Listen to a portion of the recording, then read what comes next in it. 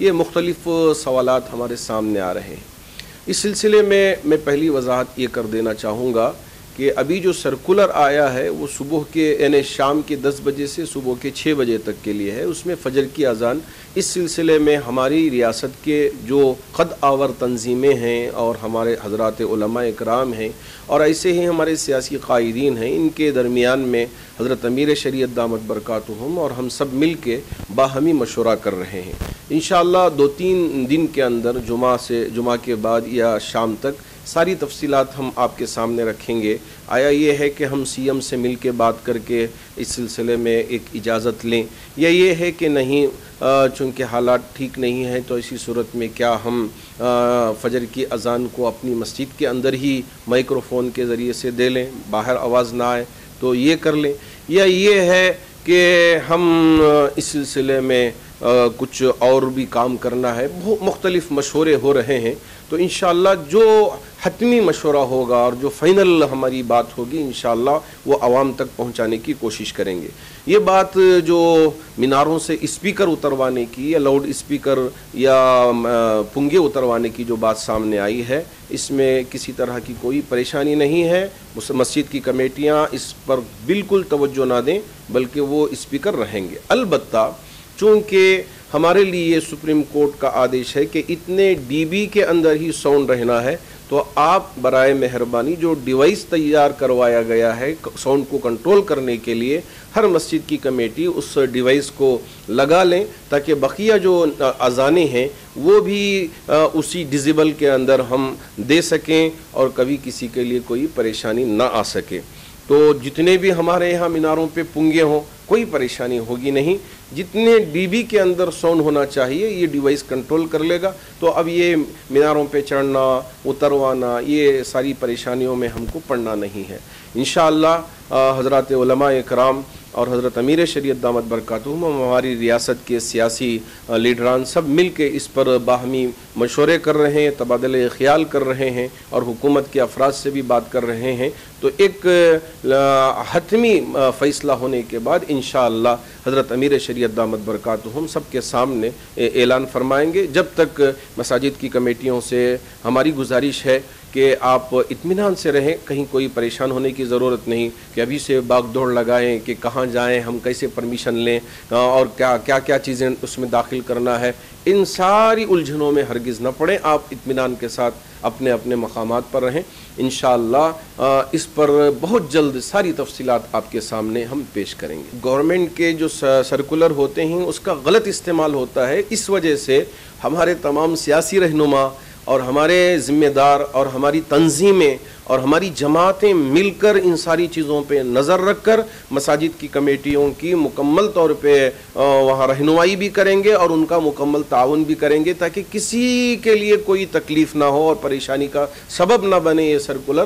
اس وجہ سے ہی یہ سارے مشورے ہو رہے ہیں تاکہ سب کے لیے راحت کا سبب بن سکے۔